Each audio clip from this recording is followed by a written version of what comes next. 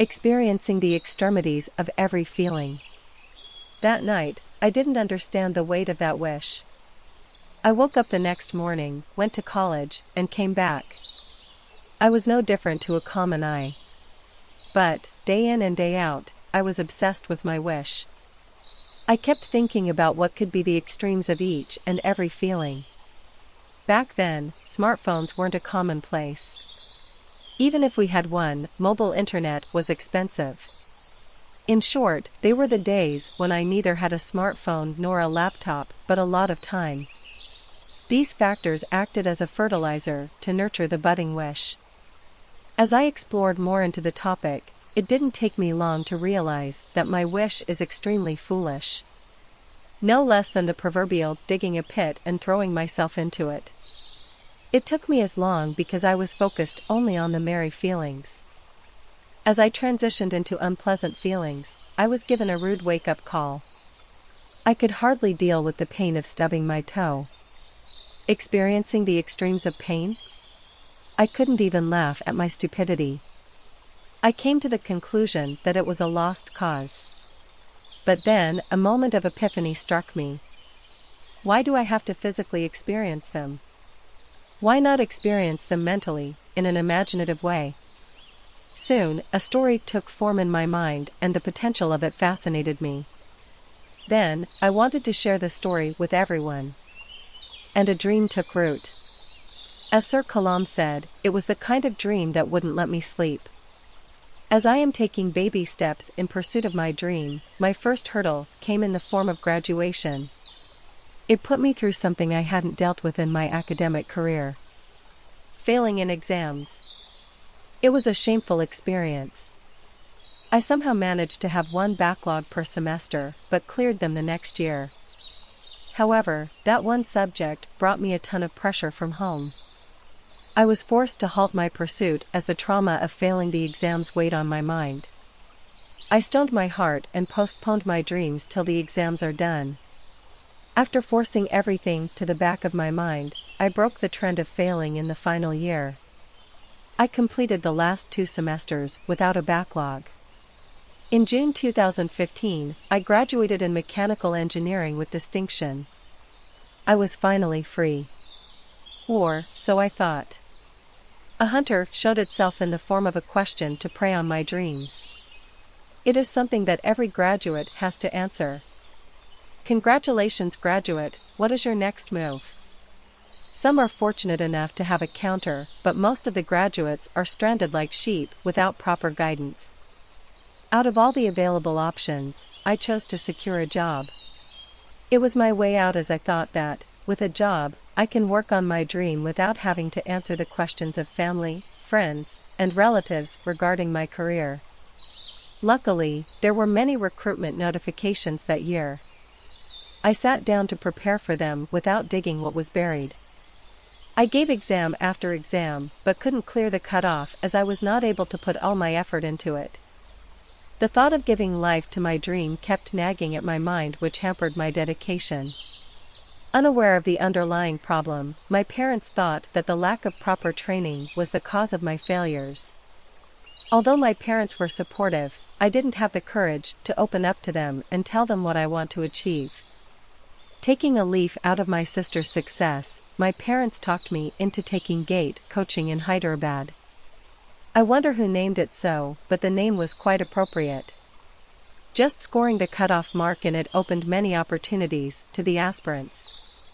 I wanted the charade to be done as well. After all, once I get a job, then I will be free from the scrutiny of the world. So I joined a reputed institution for coaching. I am no slacker in academics.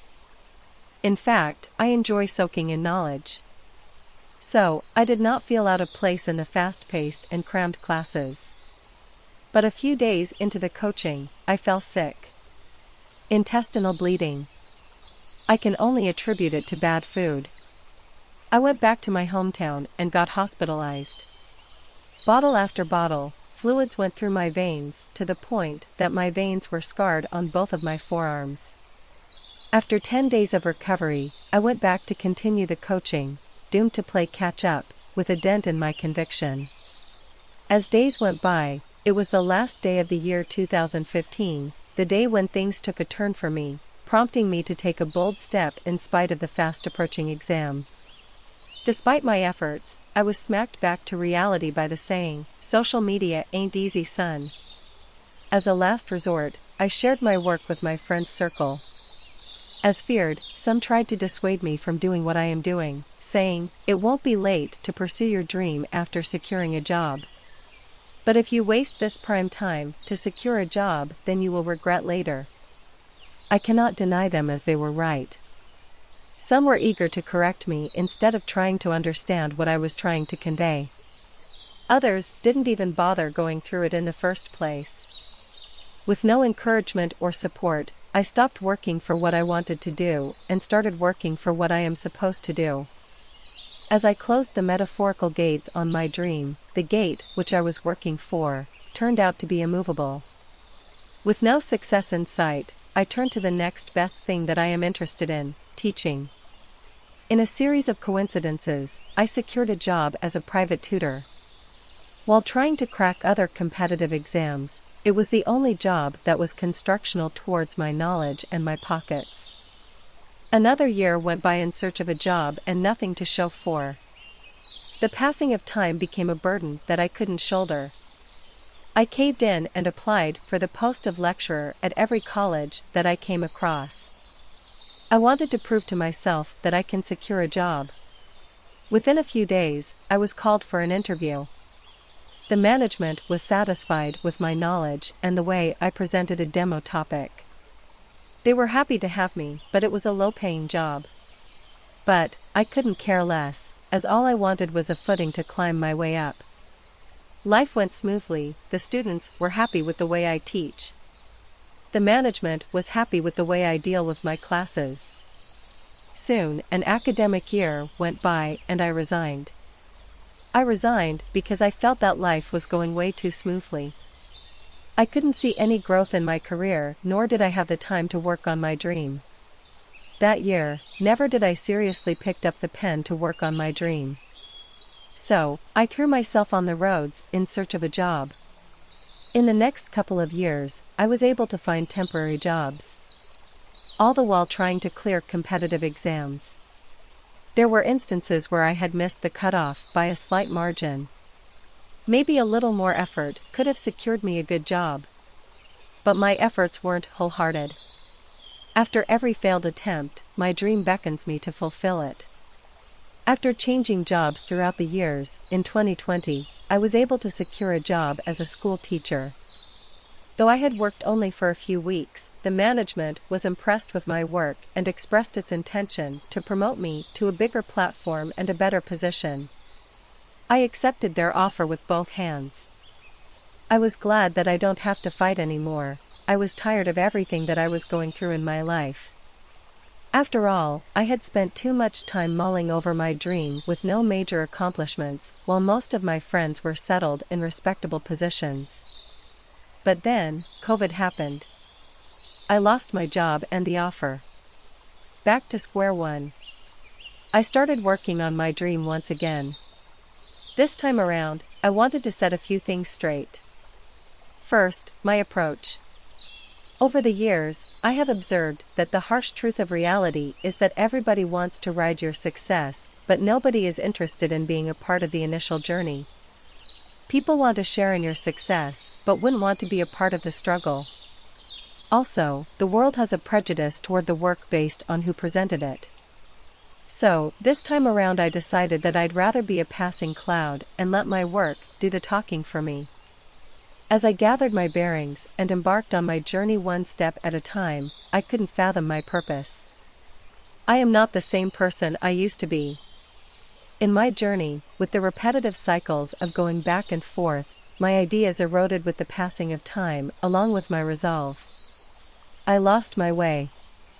There were times I wanted to give up on my foolish endeavor, but I never stopped writing important bits and pieces of my story.